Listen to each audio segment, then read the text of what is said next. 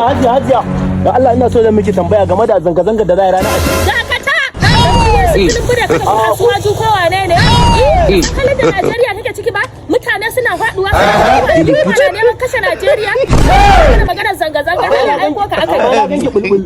ka ganni bulbul wa ya ce ka biyo ni kawai Ni na ga mankin dawo zafi fa.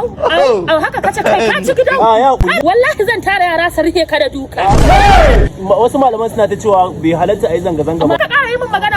mun san komai ka ƙara yi min maganan malamai wannan magana addini ya aje ta giya domin Allah magana nan fa ba za mu yadda ba jama'a ku fito duk wanda kaga ya zauna munafiki ne kamar kowa halin da yake ciki kai ai a zamanin nan da ake ciki duk wanda aka ba kuɗi in aka ce maka harka ta kuɗi ce to ba hannun bari zai hau ba daga nan har sama idan zai iya hawa zai iya ce ya ga kable da ba'adi to wannan ka ajewa daga zanga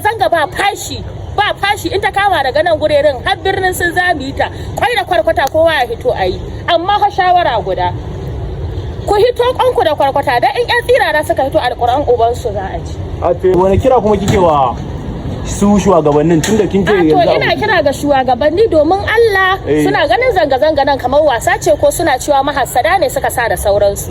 idan har suna so a fasa maganar zanga-zanga to a sassaita fa Najeriya magana an tura tirelolin shinkafa wani jiha wannan bata kama ba duk wannan bai kawo mana sassauci a bude mana boda a sassauda mana kayan abinci a ƙara ma'aikata aiki a tallafa ma talaka shine kawai muke bukata sai a zauna lafiya yanzu aka yi wannan duk za a janye zanga-zanga kenan ba juyin mulki ne a Najeriya kuma abin da ya zama na dole ne. Da ake juyin mulki ne. Ai kai daga gani na ka san ba karaman mace bace ni kawai ma yanzu dan dai na yi. Ai na ganki bulbuli. Ke kawo ma ba yan Najeriya ba. Ai ina ga haka sai an zuba.